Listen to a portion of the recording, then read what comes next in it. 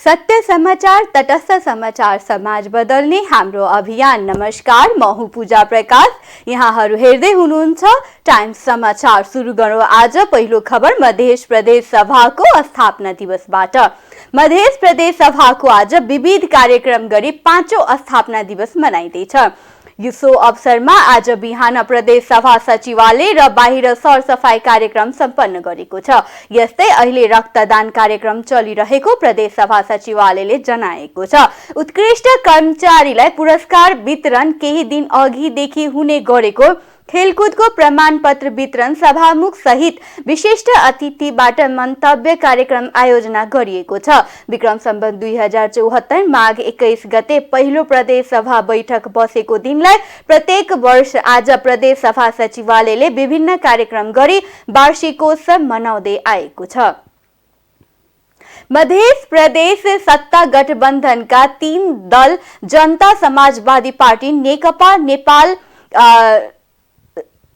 जनता समाजवादी party Nepal, नेकपा एमाले र जनमत party सरकारमा जाँदा मुख्यमन्त्री सहित कुल 10 मन्त्री र 3 राज्य मन्त्री छन्, जसमध्ये 6 जना पहिलो संसदीय यात्रामै मन्त्री र 2 जना राज्य मन्त्री बन्न सफल भएका छन्। त्यस्तै जसपाबाट दोस्रो पटक निर्वाचित सांसदहरू पनि पहिलो पटक मन्त्री बनेका छन्। प्रदेश सभा प्रवेशको पहिलो पटकमै मन्त्री हुनेमा नेकपा एमालेको सरोज कुमार यादव, राजकुमार लेखी, शत्रुघ्न प्रसाद सिंह र मोहम्मद जयद आलम रहेका छन् भने हिजो मात्र एमाले प्रवेश गरेका केशव राय चौधरी राज्य मन्त्री बनेका छन्। त्यस्तै जनमत पार्टीबाट महेश प्रसाद यादव र बसन्त कुशवाहा मन्त्री बन्दा सञ्जय कुमार यादव पनि पहिलो पटक सांसद बनेर राज्य मन्त्रीमा नियुक्त भएका छन्।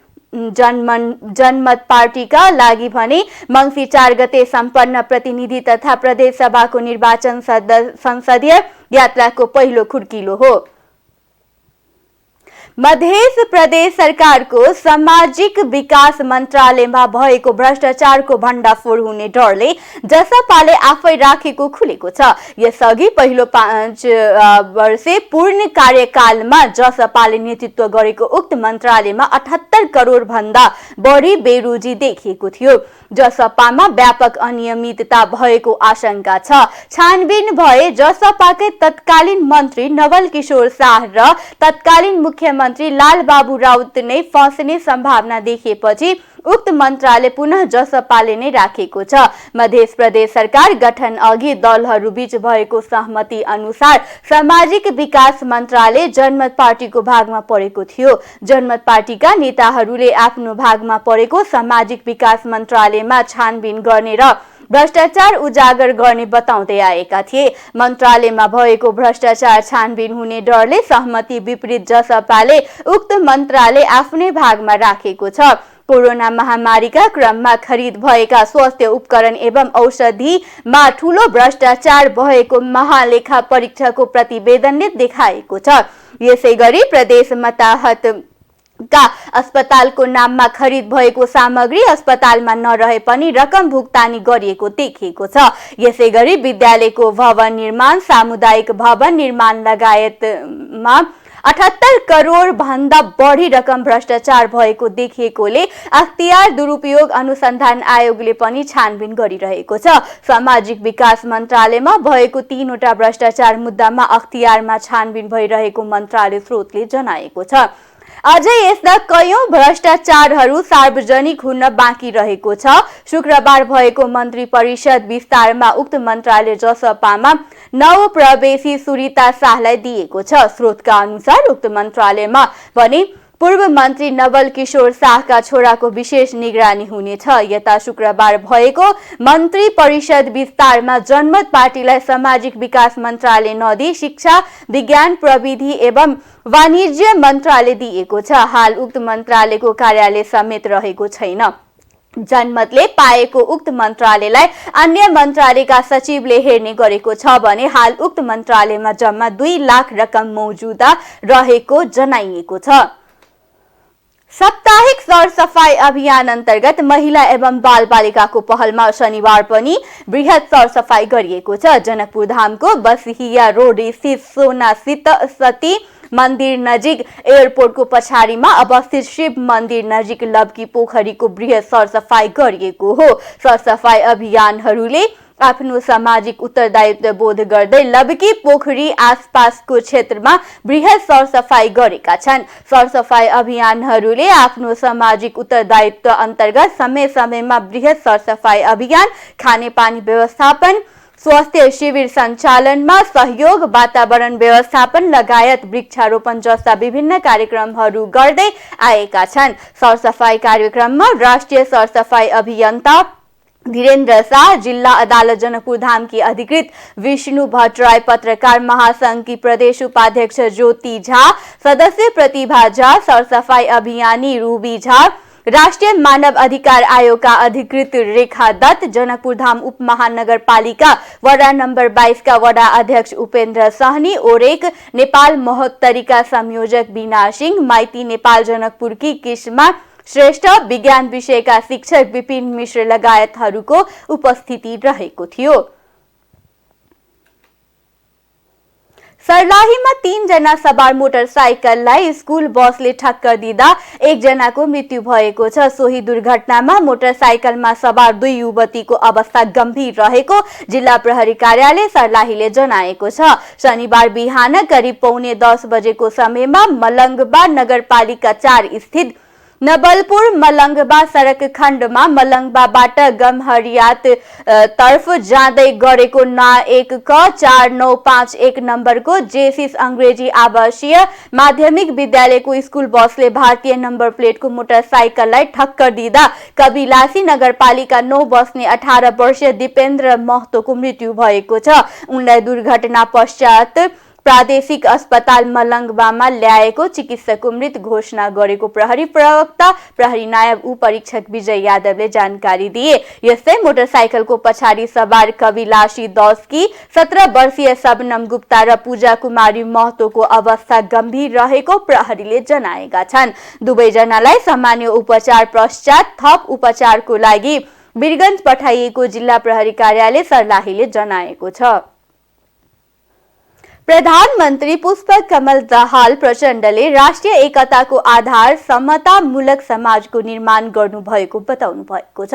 आदिवासी जनजाति आयोगको दोस्रो स्थापना दिवस तथा आदिवासी जनजाति अध्ययन सार्वजनिकीकरण कार्यक्रमका अवसरमा आयोजित कार्यक्रममा प्रधानमन्त्री दाहालले सबै वर्ग, जाति र समुदायलाई समान अवसर तथा प्रतिनिधित्व गराएर मात्र आन्तरिक राष्ट्रियता बलियो बनाउन सकिने बताउनुभयो। प्रधानमन्त्री दाहालले उपलब्धिको रक्षाका निम्ति राष्ट्रिय सहमति र एकता जरुरी रहेको उल्लेख गर्नुभयो।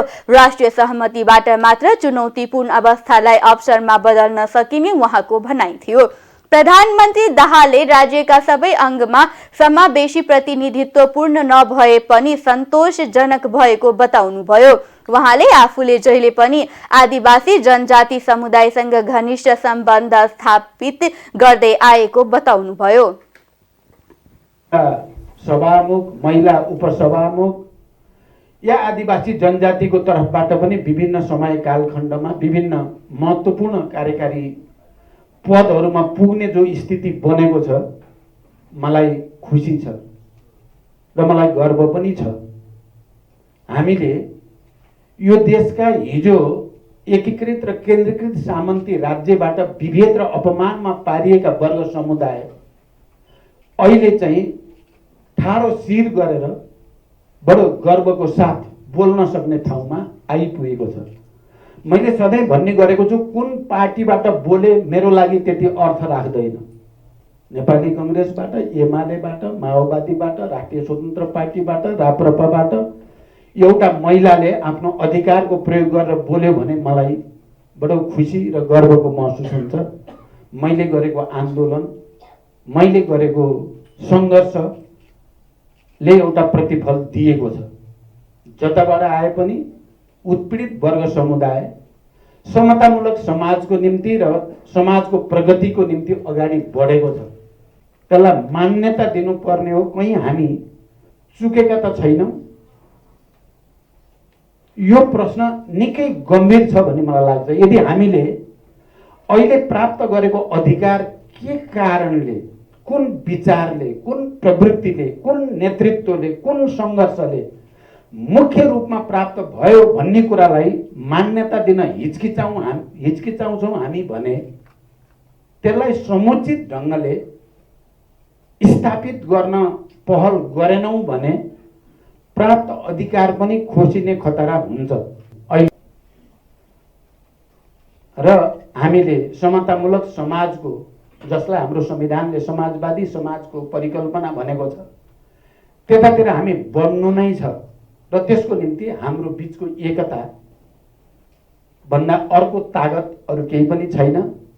त्यसकारण आदिवासी जनजाति र सबै उत्पीडित र विभेदमा पारिएको वर्ग समुदाय र उच्च जातिको पनि वर्गीय रूपले मजदुर किसान, ती सबैको एकताले मात्रै यो परिवर्तन सम्भव भएको हो।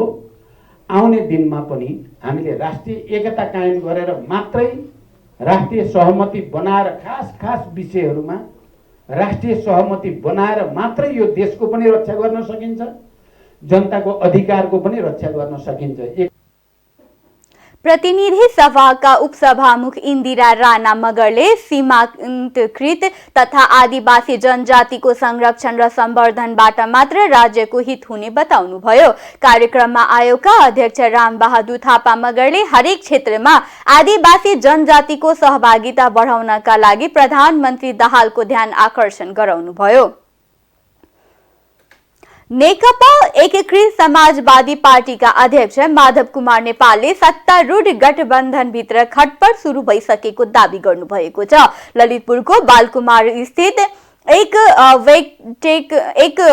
बैंक्वेटमा शनिबारबाट सुरु भएको पार्टी केन्द्रीय कमिटीको 5औं बैठक उद्घाटन गर्दै उहाँले यस्तो बताउनु भएको हो। सत्तारूढ गठबन्धनले प्रधानमन्त्री पुष्पकमल दाहाललाई राष्ट्रपति निर्वाचनसम्म पनि थेग्न सक्ने अवस्था नरहेको जिकिर गर्नु समेत उहाँले गर्नुभएको हो। वर्तमान तरल राजनीतिक अवस्थामा कहिलेसम्म रहने भन्दै प्रश्न समेत उहाँले गर्नुभयो।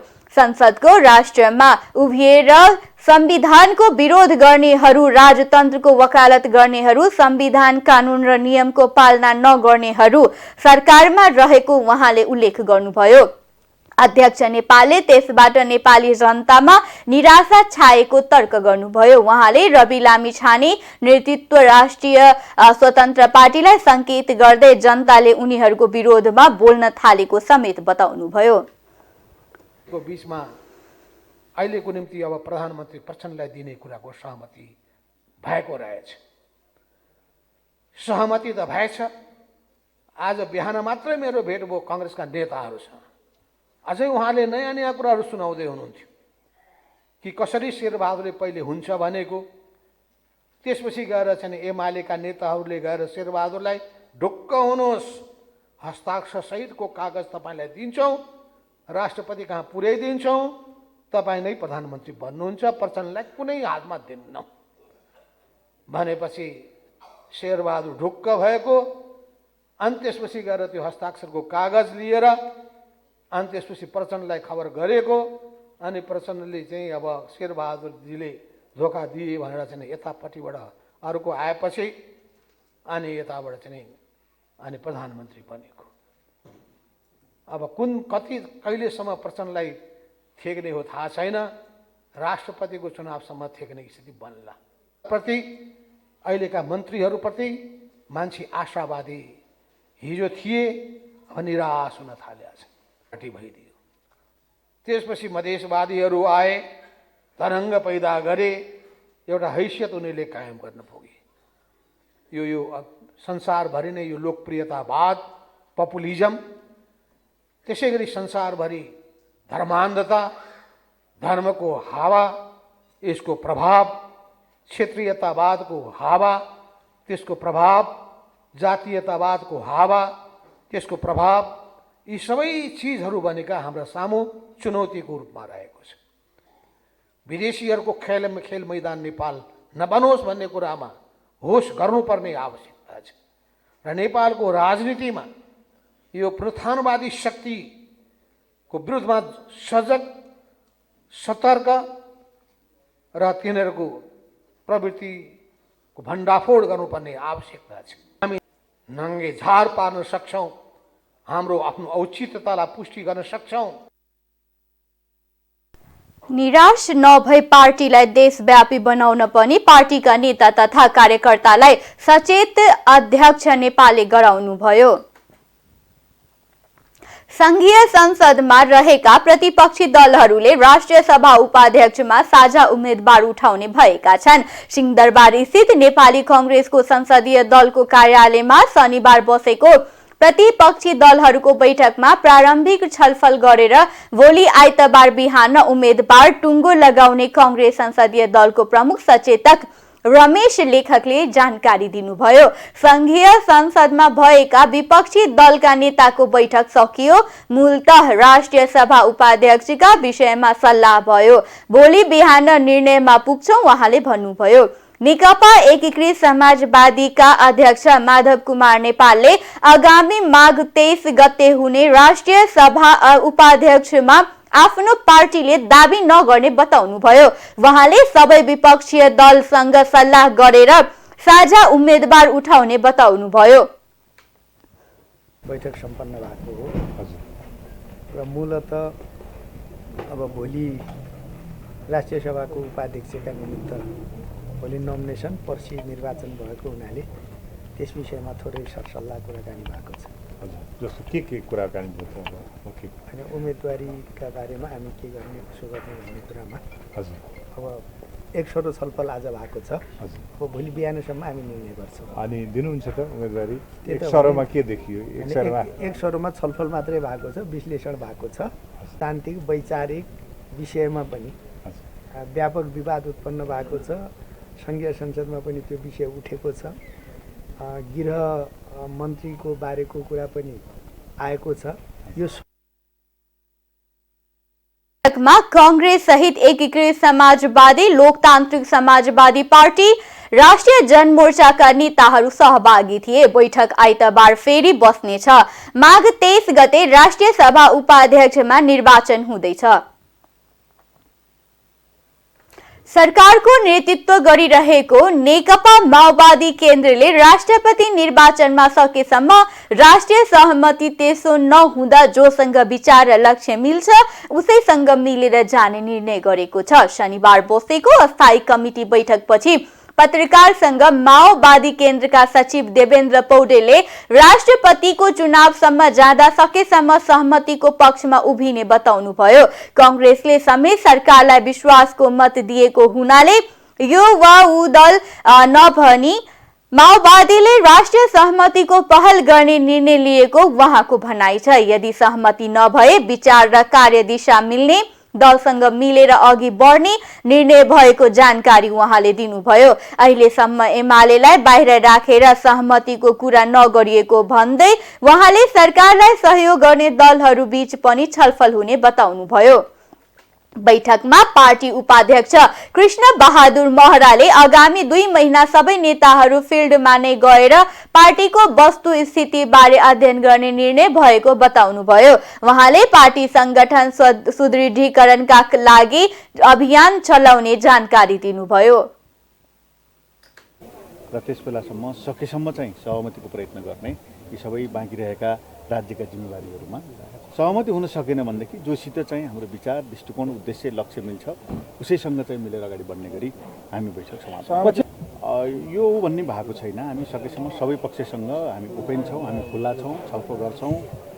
प्रधानमन्त्रीलाई सबै दलले समर्थन गर्नुभएको छ। अधिकांश दलले झगडा गरौँ, प्रतिस्पर्धा गरौँ भन्ने कुरा पो नराम्रो हो त। राष्ट्रिय सहमति गरौँ, मिलौँ, मिलेर जाउँ। देशको आर्थिक अवस्था कमजोर बनेको छ, अन्तर्राष्ट्रिय सम्बन्ध सुधार्नु छ, सबै मिलेर अगाडि बढ्नु छ। त्यसकारण मिलेर जाउँ भन्ने कुरा त राम्रो कुरा हो नि। त्यसकारण मिलेर जानको निम्ति सबै पक्षसँग छलफल। किन दूरी बढ्ने? एमालेसँग दूरी बढ्ने प्रश्नै छैन नि। एमालेलाई बाहिर राखेर बाइपास गरेर केही नयाँ गर्न खोजेकै छैनौँ हामीले। उहाँहरूसँग सहमति गरौँ भने हो नि। एमाले कांग्रेस जस्ता पार्टीहरूसँग मिलेर सहमति गरेर जाउँ, संविधानको संरक्षण गरौँ, संविधानलाई अगाडि बढाउँ भनेको हुँदाखेरि एमालेलाई हामी चिडाउनु पर्ने, दूरी बढ्नु पर्ने केही कारणै छैन। गृहमन्त्रीको बारेमा उहाँहरू आफै पनि छलफल गर्दै हुनुहुन्छ।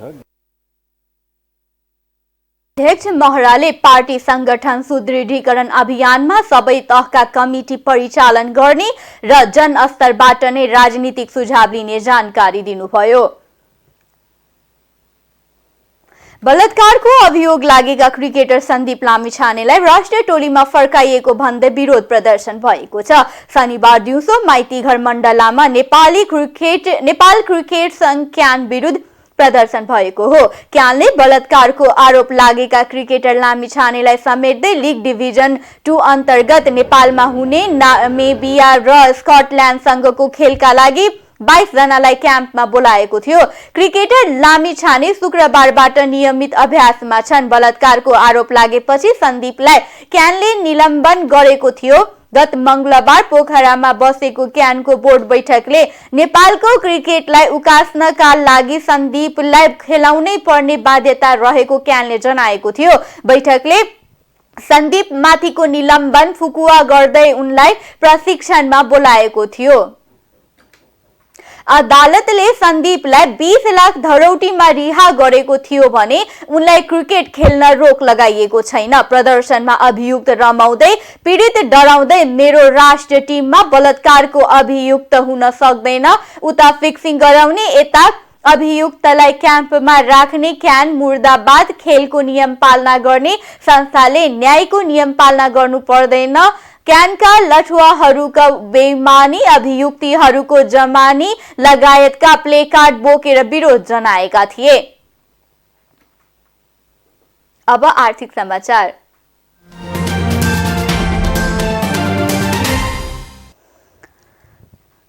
संघीय मामिला तथा सामान्य प्रशासन मन्त्रालयले सबै जिल्ला समन्वय समिति र स्थानीय तहलाई चालू खर्चमा 20% कटौती गर्न परिपत्र गरेको छ। अर्थ मन्त्रालयले मंगलबार संघीय मन्त्रालय र मातहतका निकायमा खर्च कटौतीको निर्णय गरेको थियो। अर्थ मन्त्रालयले खर्च कटौतीका लागि प्रदेश र स्थानीय तहलाई आग्रह गर्ने निर्णय गरेको थियो। संघीय निकायमा चालू शीर्षकको खर्च कटौती भएपछि संघीय मामिला तथा सामान्य प्रशासन मन्त्रालयले स्थानीय तहलाई पनि खर्च कटौती गर्न आग्रह गरेको छ। मन्त्रालयले शुक्रबार सबै जिल्ला समन्वय समिति र स्थानीय तहलाई पत्र पठाउँदै चालू शीर्षकमा 20% खर्च कटौतीको निर्देशन दिएको हो। संघीय सरकारको सबै मन्त्रालय र निकायको स्वीकृति बजेटका विभिन्न खर्च शीर्षकमा विनियोजित बजेटमा खर्च भई बाँकी रहेको बजेट तत्काल लागू हुने गरी 20% कटौती गरी मन्त्रालय लगायत बजेट सूचना प्रणाली LMBIS मा प्रविष्टि संशोधन गर्नुपर्नेछ। साथै आवश्यकता अनुसार कट्टा गरिएका शीर्षकमा भएको सुरु, विनियोजन र स्वीकृति कार्यक्रम, क्रियाकलापको परिमाण र उक्त रकमको समायोजन प्रस्ताव सम्बन्धित मन्त्रालयले तयार गरी अर्थ मन्त्रालयमा पेश गर्नुपर्नेछ। परिपत्रमा उल्लेख छ, सरकारको वित्त सन्तुलन बिग्रिएको भन्दै अर्थ मन्त्रालयले गत मंगलबार 20% चालू खर्च कटौतीको निर्णय गरेको थियो। इन्धन, पत्र पत्रिका खर्च, भत्ता, कार्यालय सञ्चालन लगायत शीर्षकमा करिब रु 24.5 अर्ब बराबर खर्च कटौती भएको मन्त्रालयले जनाएको छ। चालू आर्थिक वर्षमा लक्ष्य अनुसार राजस्व असुली हुन नसकेको, बजेटरी सहायता समयमा प्राप्त हुन नसकेको, कर्मचारीको तलब तथा सामाजिक सुरक्षा कार्यक्रमका लागि आर्थिक दायित्व बढ्दै गएको लगायत कारण खर्च कटौतीको निर्णय गर्नु परेको अर्थ मन्त्रालयले जनाएको छ। अर्थ मन्त्रालयले संघीय सरकारको सबै मन्त्रालय निकायको स्वीकृत बजेटको इन्धन, मर्मत सम्भार, मसलन्द तथा कार्यालय सामग्री, पत्र पत्रिका छपाई तथा सूचना प्रकाशन सेवा र परामर्श लगायत शीर्षकमा खर्च कटौती गरेको छ। त्यसै सूचना प्रणाली तथा सफ्टवेयर सञ्चालन खर्च, भ्रमण, अन्य भत्ता, कार्यक्रम खर्च, अनुगमन मूल्याङ्कन खर्च, कर्मचारी तालिम, गोष्ठी, सेमिनार र कार्यशाला, विविध खर्च, मेसिनरी तथा औजार, फर्निचर तथा फिक्चर्स, निर्मित भवनको संरचनात्मक सुधार लगायत शीर्षकको बजेटमा पनि 20% खर्च कटौती गरिएको छ। स्थानीय तहमा पनि यी शीर्षकका खर्च कटौतीका लागि संघीय मामिला मन्त्रालयले परिपत्र जारी गरेको छ। अब अन्तर्राष्ट्रिय समाचार।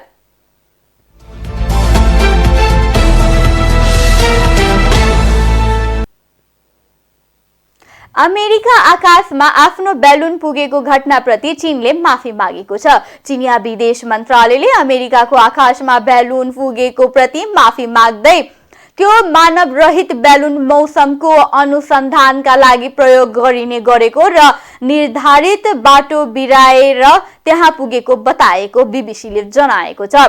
पूर्वी अमेरिकातर्फ अघि बढिरहेको विशाल बेलुनका कारण उत्पन्न परिस्थितिलाई ठण्डा दिमागले सम्बोधन गर्न पनि चीनिया विदेश मन्त्रालयले आग्रह गरेको छ। मन्त्रालयले निकालेको विज्ञप्तिमा चीनले कहिले पनि कुनै सार्वभौम देशको भौगोलिक तथा हवाई क्षेत्रमा हस्तक्षेप नगरेको उल्लेख छ। चीनले अमेरिकी आकाशमा आफ्नो बेलुन पुगेको बारेमा माफी मागेको भए पनि अमेरिकी विदेश मन्त्री एन्टोनी ब्लिङ्कनले आफ्नो निर्धारित चीनको भ्रमण स्थगित गर्नु भएको छ। चीनमा 5 वर्षपछि अमेरिकी विदेश मन्त्रीको भ्रमण हुन लागेको थियो। ताइवानलाई लिएर भएको तनाव र रुस युक्रेन युद्धमा चीनले विरोध नगर्नुसँगै अमेरिकी पूर्व राष्ट्रपति ट्रम्प कालीन व्यापार युद्ध र राष्ट्रपति सी जिनपिङको नेतृत्वमा अघि बढेको आक्रामक चीनका कारण दुई देशको सम्बन्ध जोखिमपूर्ण अवस्थामा पुगेको छ।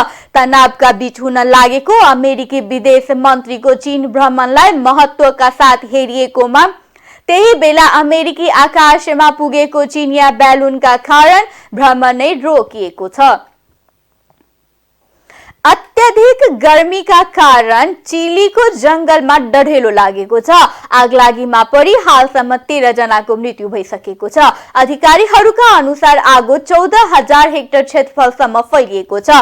राजधानी सान्टियागोबाट करिब 500 किलोमिटर टाढा रहेको सान्ता जुआन शहरमा अग्नि नियन्त्रक सहित 13 जनाको मृत्यु भएको अधिकारीहरूले बताएका छन्। गृहमन्त्री क्यारोलिना तोहाले देशभर आगलागीका 39 घटना भएको र सयौं घरमा क्षति पुगेको बताएका छन्। आपतकालीन सहयोगका लागि पुगेको हेलिकप्टर पनि लाउरा उकानियामा दुर्घटनाग्रस्त भएको छ, जसमा पाइलट र एक मेकानिकको मृत्यु भएको छ।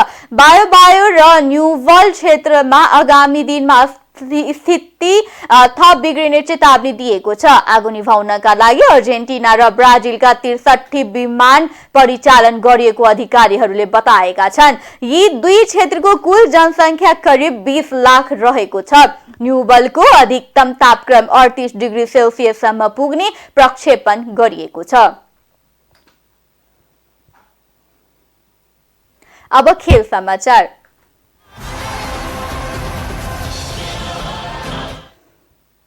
न्यू डायमन्ड स्पोर्ट्स क्लबले 6औं संस्करणको राष्ट्रिय महिला भलिबल प्रतियोगिता विजयी सुरुवात गरेको छ। त्रिपुरेश्वर स्थित राखेप कवर्ड हलमा शनिबार भएको उद्घाटन खेलमा त्रिभुवन आर्मी क्लबलाई 3-4 को सोझो सेटमा हराउँदै न्यू डायमन्डले सुखद सुरुवात गरेको हो। जित निकाल्ने क्रममा न्यू डायमन्डले आर्मीलाई 25-20, 25-14 र 25-10 ले हरायो। जितसँगै न्यू डायमन्डले पहिलो खेलबाट 3 अंक जोडेको छ। आर्मीले हारबाट प्रतियोगिता भनी सुरुवात गरेको छ। शेरबहादुर खड्का स्मृति प्रतिष्ठानको आयोजनामा जारी प्रतियोगिता अन्तर्गत दोस्रो खेलमा साबिक विजेता एपीएफ क्लबले नेपाल पुलिस क्लब बीच प्रतिस्पर्धा हुनेछ। प्रतियोगितामा 4 टोलीको सहभागिता रहेको छ। लीग कम नकआउटका आधारमा हुने प्रतियोगिताको शीर्ष टोलीले उपाधिका लागि खेल्नेछ। प्रतियोगिताका विजेता टोलीले नगद 3 लाख रुपैयाँ पुरस्कार पाउनेछन्।